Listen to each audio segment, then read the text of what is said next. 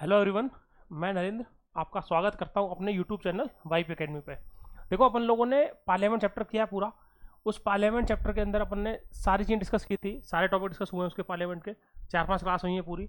उसके बाद अब है इंपॉर्टेंट चीज़ उसके क्वेश्चंस की, जो यूपीएससी ने क्वेश्चंस पूछे हुए हैं वेरियस एग्जाम्स के अंदर। आपके सिविल्स का एग्जाम हो गया, आईएएस का एग्जाम जो होता है अपना वो, सीडीएस हो गया, सीएपीएफ हो गया, एनडी हो गया। तो उनके जो इंपॉर्टेंट क्वेश्चन हैं वो अपने बहुत काम के हैं। ठीक है सर। अब आते हैं अपन क्वेश्चंस पे। अब देखो, अपने आप को चेक भी करना कि तुमने जो पढ़ाई करी है वो पढ़ाई कितने काम की है अपने, वो भी चेक करेंगे अपन। जो पढ़ाई करी वो कितनी लिंक हो रही है यहाँ पर। ठीक है सर। तो देखो, पहला क्वेश्चन है अपना, for election to the Lok Sabha a nomination paper can be filed by. यानी लोकसभा के चुनाव के लिए जो आपका पर्चा दाखिल किया जाता है वो कौन कर सकता है। ठीक है सर। पहला ऑप्शन है आपका एनीवन रिजाइडिंग इन इंडिया, जो कोई भी भारत में रह रहा है। देखो, भारत में कोई भी रह सकता है, बांग्लादेश के आके भारत में रह रहे हैं, जिनके पास सिर्फ वो वीजा पे अंदर आ गए वो सब चीज़ें, लेकिन उनके पास किसी भी तरह का इंडियन सिटीजनशिप नहीं है। तो पहला ऑप्शन गलत हो गया सर। सिटीजन के बिना भी रहते ही हैं लोग। A resident of the constituency from which the election is to be contested. यानी कि उस संसदीय क्षेत्र का रेजिडेंट होना चाहिए जहां से चुनाव लड़ा जा रहा है। सिंपल सी बात। अगर मान लो आपका जो वोटर आईडी है वो राजस्थान का है, जयपुर का है फॉर एग्जांपल, तो आप जयपुर से चुनाव लड़ सकते हो, उसका मतलब ये है। तो सर ये भी नहीं होता। प्रैक्टिकल एग्जांपल दें इस बात का, कैसे नहीं होता।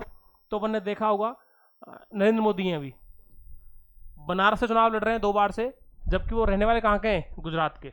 यूपी से चुनाव लड़ रहे हैं। राहुल गांधी अमेठी से उनका अपना खुद का वो भरते हैं, हमेशा चुनाव लड़ते थे वो, लेकिन वो वायनाड चले गए। तो ये भी बात लागू नहीं होती, कोई भी पूरे देश में चुनाव कहीं से भी लड़ सकता है सर। एक बात, एनी सिटीजन ऑफ इंडिया जिसका नाम इलेक्टोरल रोल्स में आता हो, किसी भी कॉन्स्टिट्यूएंसी के, किसी भी संसदीय क्षेत्र के, किसी भी इलेक्टोरल रोल्स के अंदर, इसका मतलब क्या हुआ, आपके जो भी संसदीय क्षेत्र है उसके कहीं भी नाम आता हो उसका, ये स्टेटमेंट सही हो गया सर आपका। और यही एग्जाम्पल है आपका राहुल गांधी मोदी जी का, उनका। Any citizen of India, sir her citizen चुनाव नहीं लड़ सकता, क्योंकि उसका रीजन है 15 साल का बच्चा भी सिटीजन होता है, 16 साल का बच्चा भी सिटीजन तो होता ही है इंडिया का। तो सर ये बात भी टेक्निकली लागू नहीं होती। तो आंसर हो गया आपका सी। समझ गए, बिल्कुल सिंपल। आते हैं सर नेक्स्ट क्वेश्चन पे ना। Which one of the following is not correct with regard to the elections to the Lok Sabha. इनमें से कौन सी बात सही। अब देखो, इस पे जोर देना हमेशा, यूपीएससी इस पे ही जोर देती है, करेक्ट और नॉट करेक्ट पे। बेस्ट तरीका जो है ना पेपर अटेम्प्ट करने का, वो यही होता है कि आप पहले क्लियरली देखो कि वो करेक्ट या नॉट करेक्ट पूछ रहा है, और उसको अंडरलाइन क्या करो। अगर नॉट करेक्ट है तो डबल अंडरलाइन क्या करो उसको, क्योंकि वही देखना होता है। हम लोग जब पेपर सॉल्व कर रहे होते हैं जल्दी जल्दी में, ये नहीं देखते वो सही या गलत पूछा है, सीधा टिक किया आंसर टिक करते हैं उस पर, क्योंकि एक तो प्रेशर होता है और एक जल्दी भी होती है, टाइम की जल्दी भी होती है अपने ऊपर। तो इनमें से कौन सी बात सही नहीं है लोकसभा के चुनाव के हिसाब से। पहली बात sir, elections are on the basis of adult suffrage. सही है सर बात। वयस्क मताधिकार जो होता है आपका, यूएएफ जिसे बोलते हैं हम, यूनिवर्सल एडल्ट फ्रेंचाइजी, यानी 18+ के सभी लोग वोट करते हैं इसमें।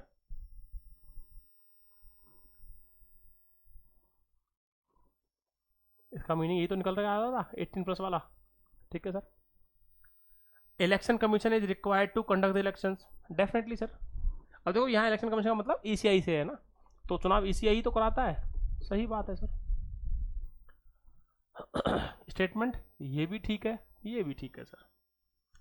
Electoral rolls are prepared under the direction and control of the president of India. अरे नहीं सर, ये तो मैंने क्लियरली बोला था अभी। देखो, पहले स्टेटमेंट का मतलब क्या है, तो या तो बी सही होगा या सी सही होगा। अगर बी सही है तो फिर सी गलत है, क्योंकि इलेक्शन कमीशन अगर कंडक्ट चुनाव कराता है तो जो प्रिपरेशन होती है रोल्स की, जो चुनाव की इलेक्टोरल रोल्स बनाए जाते हैं, वो सर प्रेसिडेंट के हिसाब से नहीं बना, प्रेसिडेंट नहीं बनवाते उनको, बनवाता कौन है, ईसीआई।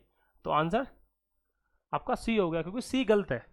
फोर्थ क्या है, on the request of the election commission government of India, government is required to make available to the election commission such staff as may be necessary for the discharge of the its functions.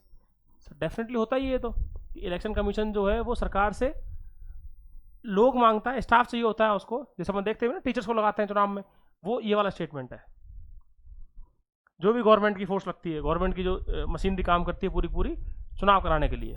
तो ये answer आपका, तो A B और D सही है, सी गलत है आपका। लेकिन इसने क्या पूछा, नॉट करेक्ट, तो नॉट करेक्ट का आंसर हो गया आपका सी हो गया सर आंसर, ये ध्यान रखना है ना, सी आंसर है अपना, इसका आंसर सी है सर। ठीक है, आते हैं सर नेक्स्ट बात पे। नेक्स्ट है अपना, prior to completion of tenure Lok Sabha can be dissolve by. अपने कार्यकाल से पहले, कार्यकाल पूरा होने से पहले लोकसभा को भंग किया जा सकता है, डिजॉल्व। तो वो कौन कौन है, by the will of president, by speaker. अब देखो विल ऑफ प्रेसिडेंट आ रहा है, इसका मतलब है सिंपल सा कि राष्ट्रपति अपनी मर्जी से कर सकते हैं, नहीं कर सकते सर, ऐसा थोड़ी है राष्ट्रपति का जिसने मन किया उसने भंग कर दी, नहीं है सर, प्रोविजन है उसके। स्पीकर, स्पीकर कभी भी डिजॉल्व नहीं करते। By the president on the recommendation of council of ministers or by the president on the recommendation of speaker. Sir president जो रिकमेंडेशन लेते हैं वो किसकी लेते हैं, काउंसिल ऑफ मिनिस्टर्स की। ये क्लियरली डिस्कस किया हुआ है कई बार मैंने क्लास में, अपन उसमें देखना एक बार लेक्चर्स में, फर्स्ट और सेकंड लेक्चर में कई बार डिस्कस हुई है चीज़ कि प्रेसिडेंट को रिकमेंड करते हैं कौन, council of ministers. Council of ministers का ऑटोमेटिकली मतलब है पूरा पूरा मंत्रालय इंक्लूडिंग पीएम। ठीक है सर, तो आंसर हो गया अपना वंस अगेन सी हो गया सर। स्पीकर की, प्रेसिडेंट जो है वो स्पीकर की रिकमेंडेशन पर काम नहीं करते सर। ठीक है, तो आंसर हो गया अपना C. Sitting of the house may be terminated by. एक हाउस की सिटिंग, यानी कि आपका कोई भी हाउस चल रहा है अपना, लोकसभा चल रही है, उस लोकसभा को टर्मिनेट कौन कर सकता है, टर्मिनेट कैसे कैसे हो सकती है, तो एडजर्नमेंट से डेफिनेटली होती है सर, क्योंकि नई चीज शुरू हो जाती है। एडजर्न करना, रोक सकता है, एडजर्न में रोकना होता है ना। प्रोरोगेशन, सेशन को खत्म करना, तो उसकी सिटिंग भी तो खत्म हो रही है, सेशन खत्म हो रहा है। तो डिजॉल्व करना, भंग करना, सर चारों से हो रहा है, तो आंसर हो गया आपका डी। ठीक है, क्योंकि चारों हो सकता है वाला काम। Who among the following does not takes oath of office. निम्न में से कौन सा ऐसा है जो ओथ नहीं लेता, यानी शपथ नहीं लेता अपने उसकी पद की, आपका जो ऑफिस है उसकी शपथ नहीं होती उनकी। देखो प्रेसिडेंट की ओथ होती है सर, कौन कराता है प्रेसिडेंट को oath, CGI, chief justice of India, यानी सुप्रीम कोर्ट के मुख्य न्यायाधीश। वाइस प्रेसिडेंट, स्पीकर की नहीं होती सर कोई भी ओथ।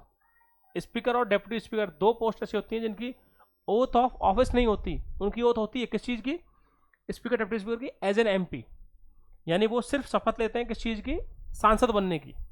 ठीक है, अच्छा कमेंट करके बताना कि स्पीकर और जो डेप्यूटी स्पीकर है उन्हें सांसद बनने की शपथ कौन दिलाता है, ये कमेंट करके बताना सर। ठीक है, ये वाला क्वेश्चन आंसर करना है, बी वाला जो मैंने पूछा कि स्पीकर और डेप्यूटी स्पीकर को मेंबर ऑफ पार्लियामेंट की ओथ कौन दिलाता है। ठीक है, वाइस प्रेसिडेंट, वाइस प्रेसिडेंट को ओथ कौन दिलाता है, प्रेसिडेंट दिलाते हैं सर, वाइस प्रेसिडेंट को प्रेसिडेंट दिलाते हैं, प्राइम मिनिस्टर को प्रेसिडेंट दिलाते हैं।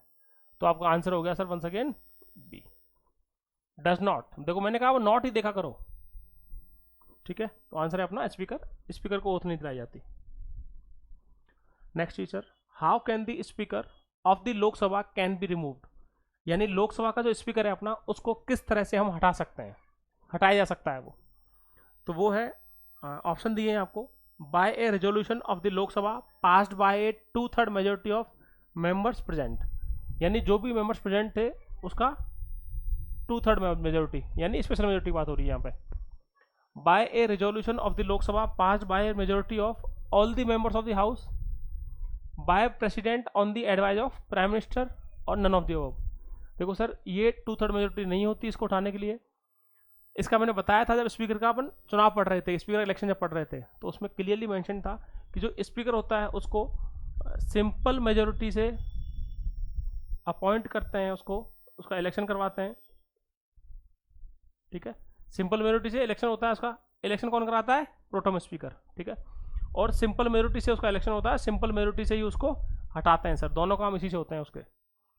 यानी कि टोटल जो मेंबरशिप है आपकी लोकसभा की 543, उसमें से जो मैक्सिमम नंबर है यानी 272, अगर 272 लोग वोट कर देंगे तो उसका इलेक्शन भी हो जाएगा, और इतने ही लोग अगर वोट कर देंगे, इतने या उससे ज़्यादा, तो उसको हटा भी देंगे। तो रिमूवल जो है वो majority of all the members. Majority का मतलब क्या हुआ यहाँ पे? Simple majority. इसका मतलब स्पेशल मेजोरिटी। देखो मैंने पहले भी कहा था जब मैं पढ़ा रहा था, यूपीएससी कभी भी क्लियरली मेंशन नहीं करती है। देखो स्कूल के बच्चों में नहीं पढ़ रहे हैं अपन, क्लासों में नहीं है अभी 9th-10th में कि तो पढ़ा बस वही का वही सीधा क्वेश्चन आ गया। उसका आपको इम्प्लाइड मीनिंग समझ में आना चाहिए। स्पेशल मेजोरिटी बताया था आपको 2/3 वाली होती है, इसे स्पेशल मेजोरिटी बोल रहे थे अपन, और ये थी सिंपल मेजोरिटी। तो आंसर हो गया सिंपल मेजोरिटी वाला आपका, ये वाला। ठीक है सर, इसको रिमूव कर सकते हैं। प्रेसिडेंट नहीं हटाते इनको प्राइम स्टेट वाइज पे ना, वो कौन हटाते हैं? मंत्रियों को sir. Representation of states in council of states is based on, यानी कि जो आपका राज्यों के अंदर जो राज्य हैं उनके representation of states, council of states बोले तो राज्यसभा। राज्यसभा के अंदर जो राज्यों की सीट्स हैं, जिसमें एग्जांपल दिया था यूपी में आपकी ज़्यादा है, आपके राजस्थान सबसे कम है, राजस्थान में वन ऑफ द कम है, 10 ही है, और भी कम होती हैं खैर, 2 भी हैं, 1 भी होने को। तो इस तरह से ये राजस्थान में सीट्स हैं। तो वो किसके बेस पे होती हैं? बेसिस क्या होता है उसका? तो उसका बेसिस है बेसिकली आपका, देखो इक्वल स्टेट्स पे नहीं होती, पहला ऑप्शन तो बिल्कुल गलत हो जाता है, क्योंकि यूपी में हाईएस्ट है और आपके छोटे राज्यों में बहुत ही कम होती हैं। रेशियो ऑफ द एरिया नहीं है सर, अगर ऐसा होता तो राजस्थान में नंबर 1 होती, क्योंकि राजस्थान में सबसे ज़्यादा एरिया है।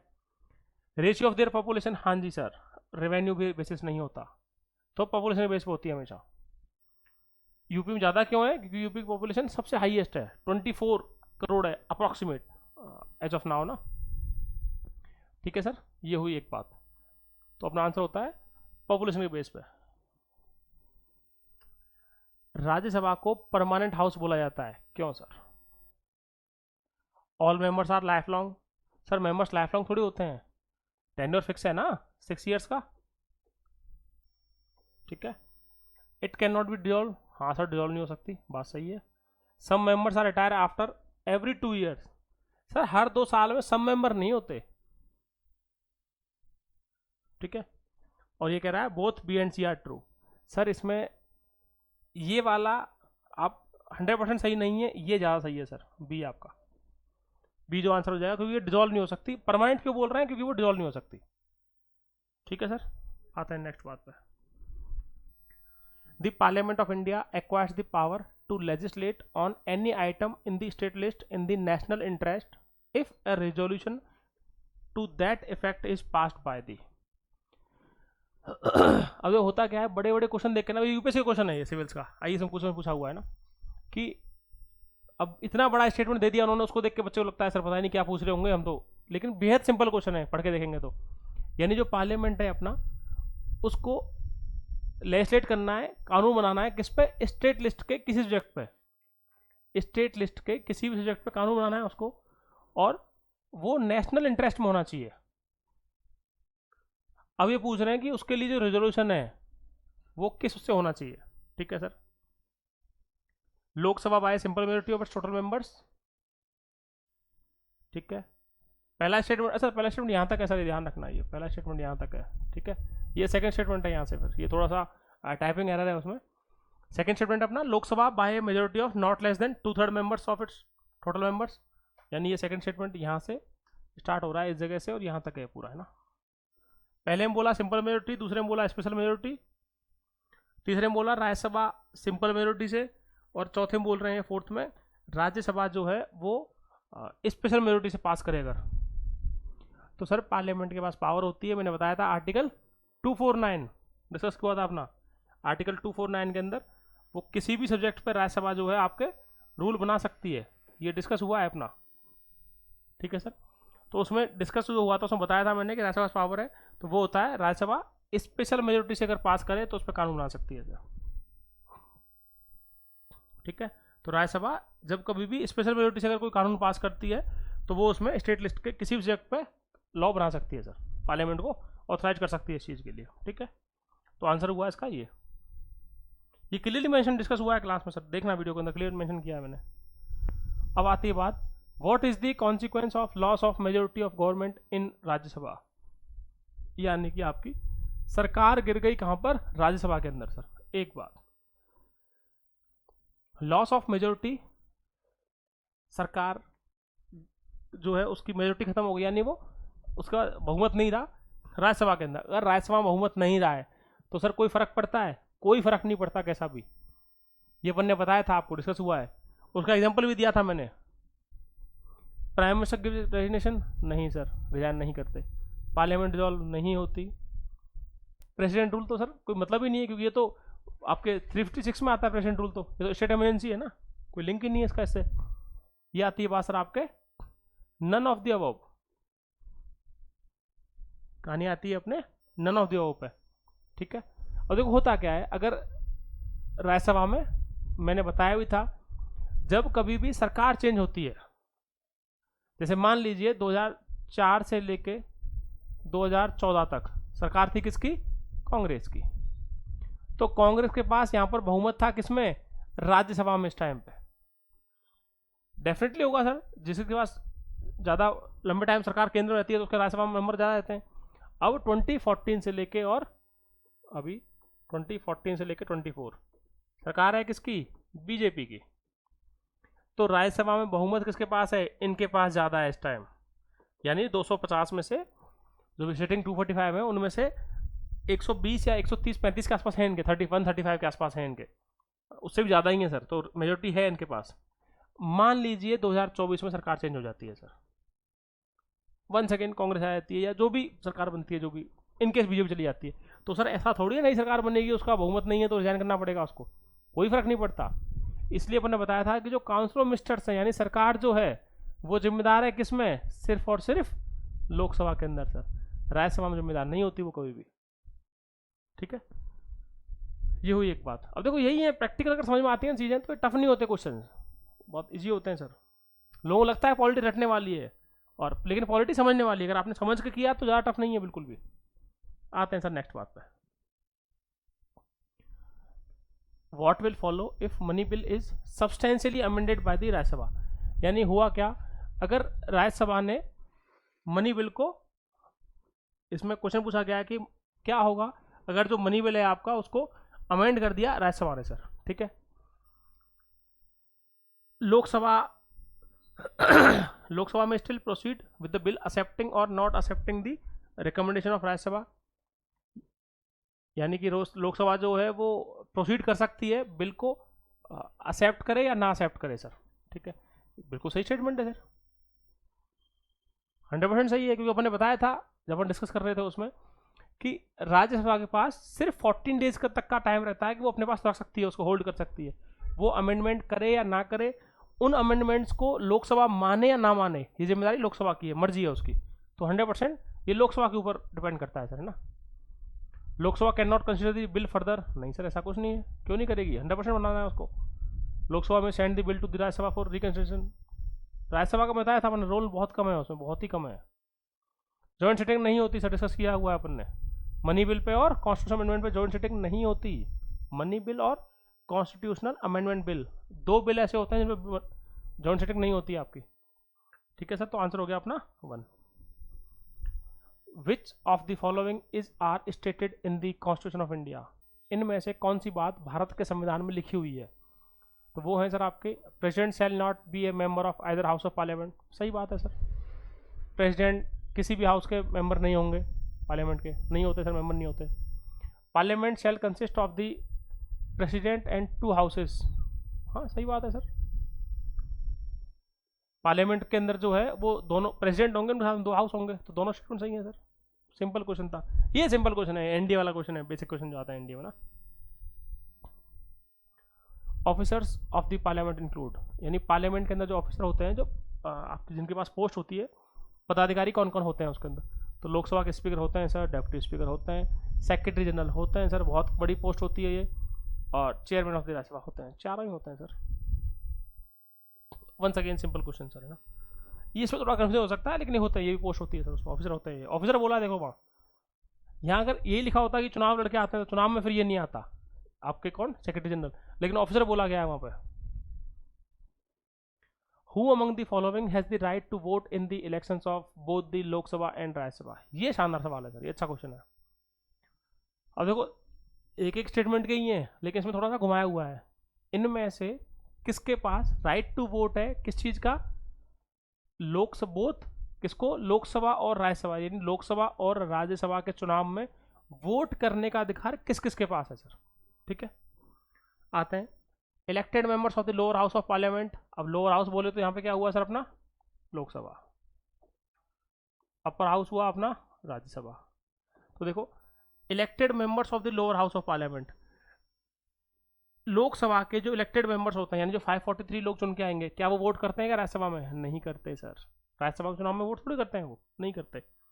Elected members of the Rajya Sabha, sir Rajya Sabha वाले खुद वोट थोड़ी करेंगे राज्यसभा के चुनाव में, पॉसिबल ही नहीं है भाई। राज्यसभा के चुनाव में राज्यसभा के लोग वोट नहीं करते ना। Elected members of the upper house of state legislature, अब ये हुआ आपका अपर हाउस हुआ यहाँ, यानी कि एमएलसी जो होते हैं आपके, मेंबर ऑफ लेजिस्लेटिव काउंसिल, और स्टेट लेजिस्लेचर का लोअर हाउस हुआ आपका विधानसभा। ये हुआ आपका विधानसभा और ये हुआ आपका विधान परिषद, इसे बोलते हैं एमएलसी ना, और इसका मतलब निकलता है एमएलए। विधानसभा में कौन बैठता है? एमएलए बैठते हैं। तो सर वोट कौन करते हैं? एमएलए वोट करते हैं, ये भी वोट नहीं करते। अपन ने बताया था, अपन जब क्लास में डिस्कस कर रहे थे उसमें, कि सर राज्यसभा के जो चुनाव होते हैं उसमें वोटिंग कौन करता है? स्टेट के एमएलए करते हैं, विधानसभा वोट करती है पूरी पूरी, जितनी सीट खाली होती हैं उस राज्य से। ठीक है सर, मैंने एग्जाम्पल भी दिया था उसमें राजस्थान वाला। ठीक है सर, तो आंसर हुआ अपना D, elected members of the lower house of the state legislature. ठीक है सर, नेक्स्ट क्वेश्चन पे आते हैं। Parliament of India can make law for the whole or any part of India for implementing international treaties, यानी जो parliament है अपने देश का, वो कानून बना सकता है किसके लिए? पूरे देश के लिए या फिर किसी एक पर्टिकुलर पार्ट के लिए। यानी जो पार्लियामेंट ऑफ इंडिया है वो पर्टिकुलर उसके लिए लॉ बना सकता है इंटरनेशनल ट्रीटी को लेके। तो उसके बारे में स्टेटमेंट कौन सा सही है इनमें से? With the consent of all states, नहीं सर, कोई जरूरत नहीं होती कैसी भी। Consent of majority of states, कोई जरूरत नहीं होती किसी भी तरह की सर। सिंपल सा क्या है, पूछने जरूरत भी नहीं होती, पार्लियामेंट को किसी से पूछने जरूरत नहीं है, पार्लियामेंट खुद अपने हिसाब से लॉ बना सकता है अगर वो इंटरनेशनल ट्रीटी के लिए काम कर रहा है। स्टेट कंसेंट नहीं सर, विदाउट द कंसेंट, ये ऑफ है सर, है ना, ऑफ एनी स्टेट, किसी भी स्टेट की कंसेंट के बिना बना सकता है, कोई जरूरत नहीं है। ये पार्लियामेंट सॉवरेन बॉडी है अपने आप में सर, इस चीज़ को लेके ना। ठीक है, राज्यों को सहमति से नहीं जरूरत पड़ती है उसको बनाने के लिए कुछ भी। Who can legislate on the subjects which are not included in any of the list of subjects given in the constitution. अब देखो ये क्या बोल रहा है, सिंपल सा, कि आपकी जो 3 लिस्ट होती हैं, एक थी अपनी यूनियन लिस्ट, ठीक है, एक थी अपनी स्टेट लिस्ट, और एक है अपनी कॉन्करेंट लिस्ट। ठीक है, इस पे सिर्फ यूनियन पार्लियामेंट बना सकती है, यूनियन लिस्ट का मतलब केंद्र सरकार बना सकती है, भारत आपकी राज्य सरकार जो बना सकती है, स्टेट गवर्नमेंट, इस पर दोनों बना सकती हैं सर। ठीक है, अब इसने क्या बोला, ऐसा कोई सब्जेक्ट है जो कि किसी भी लिस्ट में नहीं है तीनों में, तो पावर किसके पास है? तो डेफिनेटली सर पार्लियामेंट के पास है। सुप्रीम कोर्ट कानून नहीं बनाता, गाइडलाइन जारी करता है। स्टेट लेजिस्लेचर सिर्फ स्टेट में बनाएगा, रीजनल काउंसिल नहीं बनाती सर लॉज, बात खत्म। आंसर हो गया आपका parliament. Parliament has the power to make laws on the subjects which are not included in any of the list of subjects given in the constitution. A legislative bill may be introduced in which house of parliament, यानी कोई भी legislative bill है तो वो कौन से house में आ सकता है? सर लेजिस्लेटिव बिल का मतलब क्या हुआ? लेजिस्लेट का मतलब क्या बताया था उस दिन? कानून बनाने वाला। वो लेजिस्लेटिव ऑर्डिनरी बिल्स होते हैं, सारे बिल्स होते हैं आपके, बेसिकली सारे बिल्स को ही लेजिस्लेटिव बिल बोलते हैं। ऑर्डिनरी नहीं आएगा, सारे बिल्स आते हैं जनरली आपके। लेजिस्लेटिव का मतलब हुआ कोई भी कानून बनाने वाला बिल, जिस किसी में भी आपका, तो वो आ सकता है सर आपका either house of the parliament. Legislative में मनी बिल नहीं आता, बस ध्यान रखना, आंसर हो जाएगा अपना either house of parliament. Legislative bill के अंदर मनी बिल नहीं आता, मनी बिल में हम कोई कानून नहीं बना रहे, मनी बिल में तो सिर्फ पैसा निकाल रहे हैं सीएफआई से। ठीक है सर, तो लोकसभा में भी आ सकता है आपका, राज्यसभा में भी आ सकता है, तो आंसर हो गया अपना सी हो गया सर आपका आंसर। ठीक है, with reference to the parliament of India consider the following statements. Parliament के रेफरेंस में इन्हें कंसिडर करते हैं क्वेश्चन ऑप्शंस को। A private members bill is a bill presented by a member of parliament who is not elected but only nominated by the president of India. देखो sir, अपन ने बहुत क्लियर डिस्कस किया था, इसमें मैंने बताया भी था बहुत क्लियरली कि जो प्राइवेट मेंबर्स बिल होते हैं, यानी प्राइवेट मेंबर बोलते किसको हैं, वो सारे लोग मेंबर ऑफ पार्लियामेंट जो आपके मंत्री के अलावा होते हैं, यानी वो सारे सांसद जो मंत्री नहीं बन पाए मंत्री के अलावा सारे सांसदों को प्राइवेट मेंबर बोला जाता है। तो सर ये नॉट इलेक्टेड वाला कंसेप्ट तो आता ही नहीं है, इलेक्शन तो होता है उनका। ठीक है सर, तो अब देखो इसने क्या पूछा, which among the following is और आर करेक्ट, ये करेक्ट देखना पड़ेगा। तो सर पहला वाला स्टेटमेंट तो गलत हो गया, ये तो गलत हो गया ना स्टेटमेंट, सिंपल सा। Recently a private members bill has been passed in the parliament for the first time. अरे सर फर्स्ट टाइम नहीं है इन हिस्ट्री, कई बार पास हो चुके हैं प्राइवेट मेंबर्स बिल, कई बार पास हो चुके हैं। तो सर स्टेटमेंट हुए आपके दोनों ही गलत हैं सर, ये भी गलत है, ये भी गलत है। आंसर हो गया आपका डी, स्टेटमेंट दोनों ही गलत हुए ना, क्योंकि और आर करेक्ट बोल रहा, नॉट करेक्ट बोलता, आंसर आया था सी। यही खेल है sir. Who has the right to issue money from the CFI। अब देखो CFI में से पैसा निकालने का राइट किसके पास है, पार्लियामेंट के पास है, सिंपल सा है सर। कैग नहीं सर, कैग तो स्क्रूटनी करते हैं, जांच करते हैं, कैग तो सिर्फ जांच करते हैं उसकी।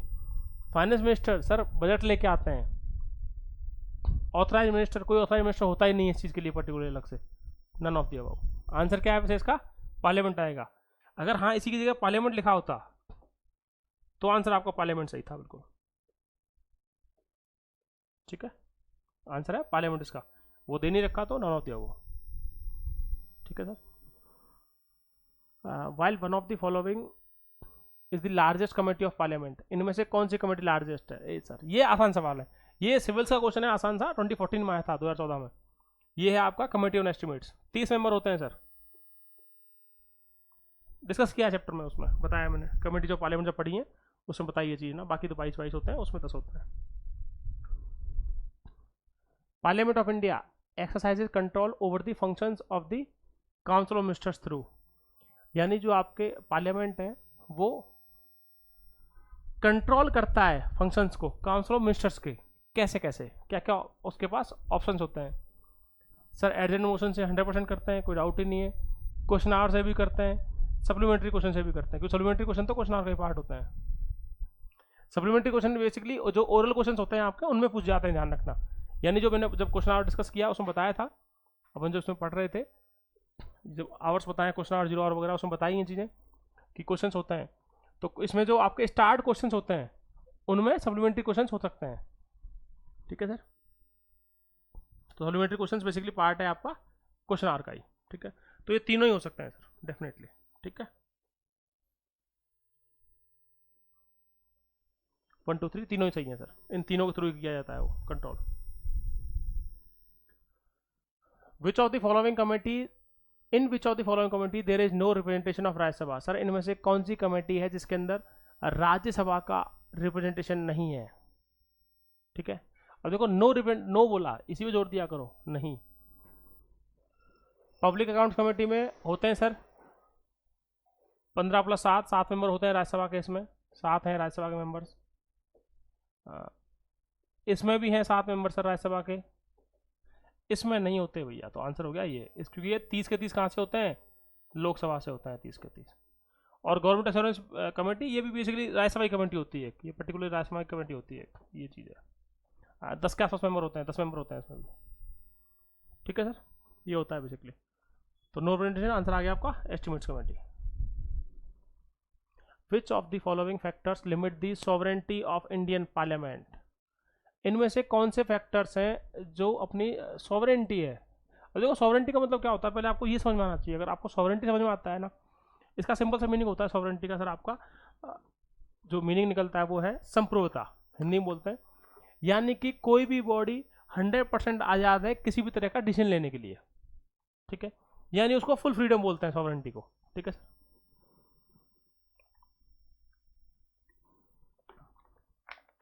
तो अपनी बात आती है सर कि इसमें से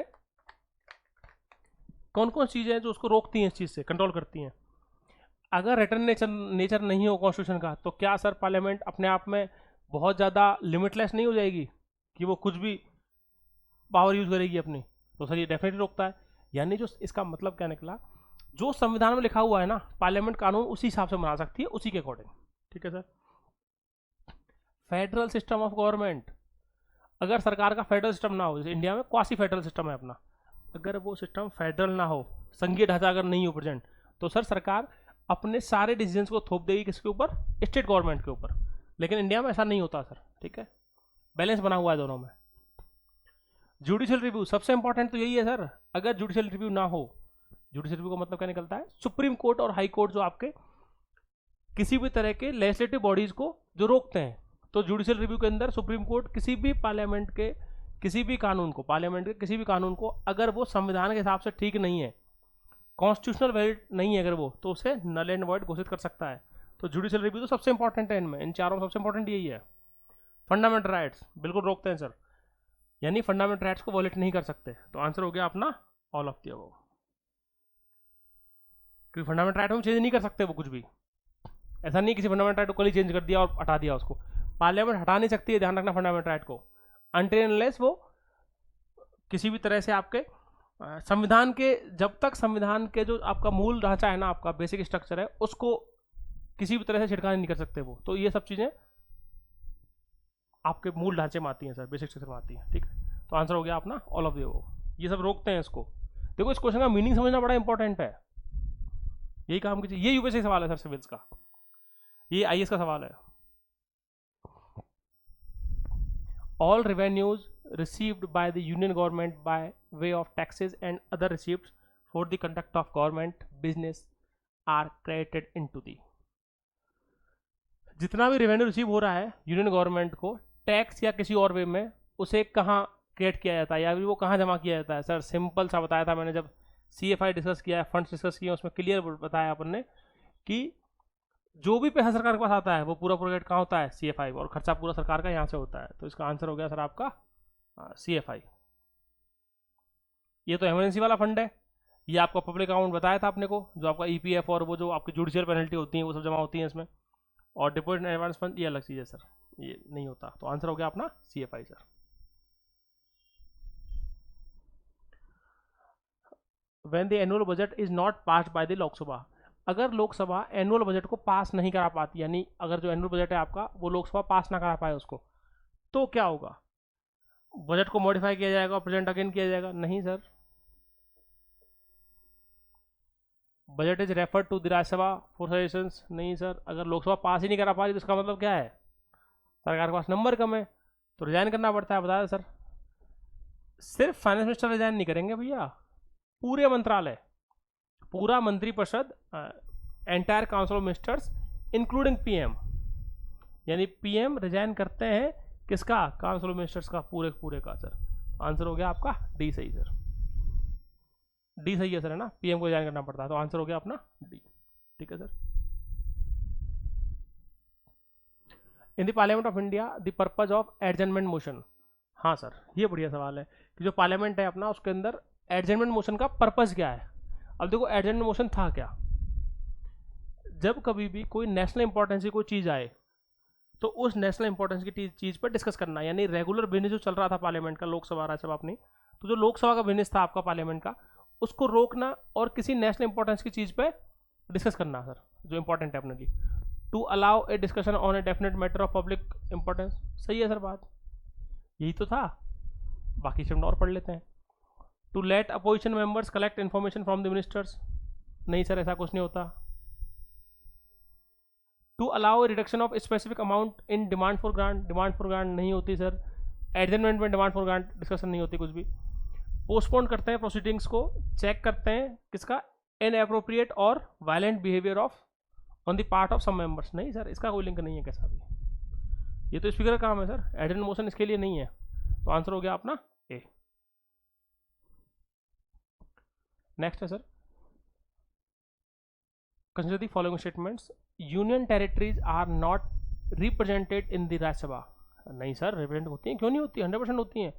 तो ये स्टेटमेंट अच्छा करेक्ट पूछ रहा है ना, ठीक है सर, आर नॉट रिप्रेजेंटेड। अब देखो नॉट बोल दिया यहाँ, तो ये स्टेटमेंट गलत हो गया है सर आपका। रिप्रेजेंटेशन है भैया। जब अपन ने लोकसभा राज्यसभा पढ़ा है तो उसमें बताया क्लियर कितनी सीट्स हैं, 4 सीटें हैं राज्यसभा के अंदर, 4 सीटें किसकी, यूटीज की, ठीक है। 229 है स्टेट्स की और 4 हैं आपकी इसके पास, यूटीज के पास, यूनियन टेरिटरीज के पास। It is within the purview of the chief election commissioner to educate the election disputes. नहीं सर, चीफ इलेक्शन कमिश्नर जो है वो आपके इलेक्शन डिस्प्यूट्स को नहीं देखते। ये कौन देखता है, कोर्ट देखते हैं सर। इलेक्शन डिस्प्यूट्स को हमेशा जुडिशरी देखती है, हायर जुडिशरी जो होती है अपनी, तो हमेशा कोर्ट्स का काम है, इलेक्शन कमिश्नर का काम नहीं है सर, ठीक है। According to the constitution of India the parliament consist of the Lok Sabha and Rajya Sabha only. अब देखो इसने क्या बोला, कॉन्स्टिट्यूशन के अकॉर्डिंग पार्लियामेंट जो है उसमें लोकसभा और राज्यसभा आती हैं, ओनली बोला। स्टेटमेंट गलत है भैया, प्रेसिडेंट भी तो है, मेंबर लोकसभा राज्यसभा और प्रेसिडेंट तीनों हैं उसके साथ में, तो स्टेटमेंट हो गया आपका। अब इसने बोला which of the following is are correct, एक भी करेक्ट नहीं है सर, नन करेक्ट है, कोई भी नहीं है सर। यूटी नॉट रिप्रेजेंटेड पहला भी गलत है, दूसरा भी, तीसरा भी, तीनों गलत है सर, ठीक है। अब देखो इस तरह क्वेश्चन को ना एक बार वीडियो को पॉज किया करो और उसके बाद सॉल्व किया करो खुद से, और फिर देखा करो कि अपन कितनी प्रिपरेशन है अपनी, ठीक है sir. Regarding the office of the Lok Sabha speaker consider the following statements, यानी जो अपना किसका लोकसभा स्पीकर का ऑफिस है उससे रिलेटेड स्टेटमेंट है आपके। He or she holds the office during the pleasure of the president. Sir pleasure of the president पे होल्ड करते हैं ऑफिस, नहीं सर, स्टेटमेंट गलत है। ऐसा किसके संग होता है, मिनिस्टर्स के संग होता है, मंत्री होल्ड करते हैं, ministers hold the office during the pleasure of president sir, ठीक है। He or she need not be a member of the house at the time of his or her election, but he has to become a member of the house within 6 months from the date of his or her election। नहीं sir, ऐसा नहीं है। देखो अपन ने जब speaker की बात की थी, मैंने बताया था कि जैसे ही प्रोटोम स्पीकर ओथ पूरी कराते हैं उसके बाद में स्पीकर का चुनाव करवाते हैं, और स्पीकर कौन होता है, उस 543 में से कोई एक होता है, तो ये दूसरी वाली बात खत्म हो जाती है। Need not be A member of the house at the time of his election, ये स्टेटमेंट गलत है सर, यहाँ से यहाँ तक का, ठीक है। ये स्टेटमेंट बिल्कुल गलत है, ये लागू नहीं होता, क्योंकि वो मेंबर तो होते हैं, मेंबर्स में से ही तो किसी एक को चुनते हैं वो, ठीक है। If he or she intends to resign the letter of his or her resignation has to be addressed to the deputy speaker, ये सही है सर। अपन ने बताया था, डिस्कस किया अपनी क्लास में, कि अगर रेजिग्नेशन रिजाइन करना होता है किसको, स्पीकर और डेप्यूटी स्पीकर को, तो वो रिजाइन किसको देते हैं, आपस में एक दूसरे को देते हैं, स्पीकर डेप्यूटी को देंगे और डेप्यूटी स्पीकर स्पीकर को देंगे सर, ठीक है। तो इसमें आंसर हो गया सर ओनली 3 आपका, आंसर बी हो गया आपका ओनली 3 सर, ओनली 3 सही है इसमें ना, और सब सही नहीं है, ठीक है। आते हैं सर नेक्स्ट पे। अगर डेडलॉक हो गया है लोकसभा और राज्यसभा के बीच में और उसमें इन्होंने जॉइंट सिटिंग बुला ली सर, तो वो डेडलॉक जो है लोकसभा और राज्यसभा के बीच में जॉइंट सिटिंग, यानी कि जॉइंट सिटिंग किस किस मैटर पे हो सकती है, क्वेश्चन का मतलब ये है। मनी बिल पे सर होती है क्या, ऑर्डिनरी पे होती है ना, मनी बिल पे होती है नहीं होती, मनी बिल पे नहीं होती सर, राज्यसभा के पास पावर ही नहीं होती।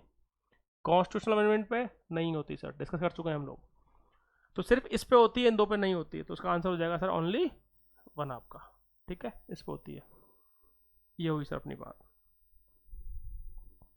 नेक्स्ट है the council of ministers in the centre shall be collectively responsible to the parliament, यानी कि जो काउंसिल ऑफ मिनिस्टर्स है अपने, वो कलेक्टिवली रिस्पॉन्सिबल, देखो बताया था मैंने, इंडिविजुअली रिस्पॉन्सिबल होते हैं हर मंत्री किसके लिए, प्रेसिडेंट के लिए, और कलेक्टिवली रिस्पॉन्सिबल है किसके लिए, लोकसभा के लिए। इसीलिए नो कॉन्फिडेंस मोशन सिर्फ लोकसभा में लाया जाता है, तो उसमें पार्लियामेंट गलत हो जाता है आपका आंसर सर, ध्यान रखना। यहाँ क्या है इसकी जगह, लोकसभा है, ठीक है। तो पहला स्टेटमेंट आपका गलत है सर, ये फर्स्ट वाला।